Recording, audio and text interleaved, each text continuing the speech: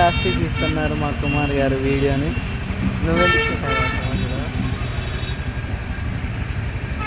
BS6 బండ్లకి ఇట్లా మంచిగా నీట్గా సర్వీసింగ్ చేసి ఇట్లా చేసిన తర్వాత బ్లోయర్ ఉంటుంది. బ్లోయర్ కోసం మంచిగా నీట్గా కొట్టడం వల్ల ఏమైందంటే మంచిగా స్మూత్గా ఉంటుంది. ఇంకోటి ఏంటంటే ఇంజన్ కూడా తలతల మెరుస్తూ ఉంటుంది.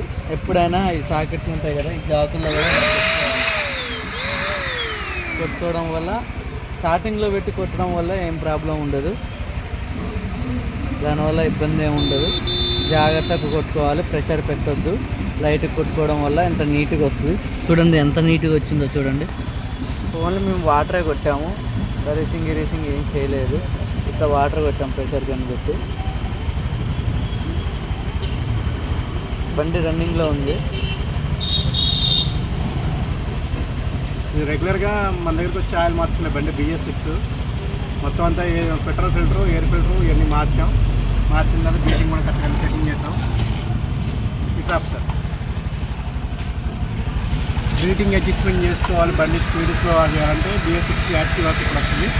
ఇది ఎవరి పడితే వాళ్ళు చేయొద్దు. కొద్దిగా మెకానిక్ నాలెడ్జ్ ఉన్న వాళ్ళు చేస్తారు. ఓన్లీ ఎయిర్ అడ్జస్ట్మెంట్ కానీ బండి బీటింగ్ కానీ దీంట్లోనే ఉంటుంది మొత్తం అంతా. ఇది చాలా జాగ్రత్తగా చేస్తే మంచిగా బండి రన్నింగ్ మైలేజ్ రన్నింగ్ అన్నీ బాగుంటాయి.